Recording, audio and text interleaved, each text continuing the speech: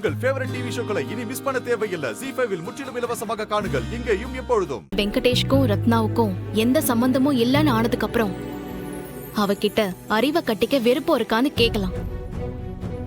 நீ என்ன சொல்ற? இதுல என்ன சொல்றதுக்கு இருக்கு? ஏன் ஆம்பளைக்கு மட்டும்தான் ஒரு கல்யாணம் சரியா போலன்னா ரெண்டாவது கல்யாணம் பண்ணுமா? பொம்பளைங்களுக்கு அந்த மாதிரி பண்ணக்கூடாதா என்ன?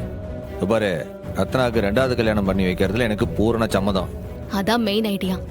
அதுக்கு முன்னாடி பண்ண வேண்டிய வேலையெல்லாம் பண்ணிடணும்.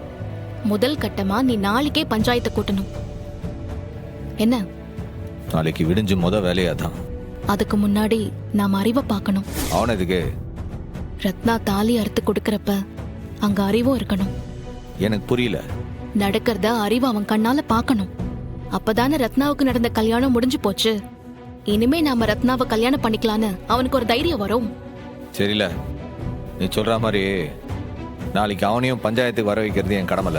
ரொம்ப முக்கியமா எல்லாமே நாம நினைச்ச மாதிரி நடக்கிறதுக்கு முன்னாடி நம்ம போடுற இந்த திட்டம் ரத்னாவுக்கு மட்டும் தெரியக்கூடாது. சொல்லல. ஓ, முதல்ல போன் அடிச்சு நாளைக்கு பஞ்சாயத்துக்கு ஏற்பாடு பண்ணுங்க.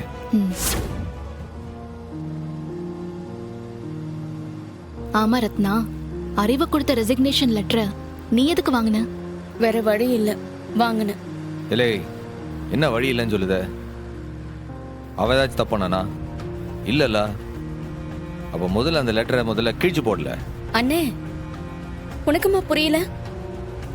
இனி ஒரு நாளும் நானும் அறிவும் ஒரே ஸ்கூல்ல வேலை பார்க்க முடியாதுன்னு. ஏன்? இனி 2 பேரும் சாதாரணமா நின்னு பேசினா கூட ஸ்கூல் ஸ்டாஃப்ஸ் தப்பா தான் பேசுவாங்க.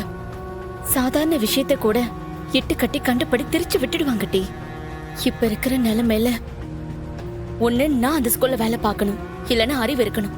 அவ்வளவுதான். அறிவு போயிட்டா எல்லாரும் பேசுறத நிறுத்திடுவாங்களா? அறிவு போன அப்புறம் தான் டிசைனா கதை கட்டுவாங்க. நீ லீவ் போடுறப்பெல்லாம் அறிவு பார்க்க தான் போயிருக்கான்னு சொல்லுவாங்க. உன்னையும் அறிவையும் அங்க பார்த்த இங்க பார்த்தன்னு பொய் கதையெல்லாம் அவுத்து விடுவாங்க. இந்த டைம்ல நீ விலகுனாலும் அறிவு விலகுனாலும் அந்த வெங்கடேஷ் தான் ஜெயிப்பான். தப்பு நடந்திருக்குடி. அந்த குற்ற உணர்ச்சியில ராஜினாமா பண்ணிட்டு ஓடிட்டான் தான் பேசுவாங்க. உங்க மேல இருக்கிற பழி விலகாது ரத்னா. இல்லை, தப்பே பண்ணாத 2 பேர் நீங்க எதுக்கு மத்தவங்களுக்கு பயப்படன? ZEE5 ஆப்பை டவுன்லோட் செய்து அனைத்து எபிசோடுகளையும் இலவசமாக பாருங்க.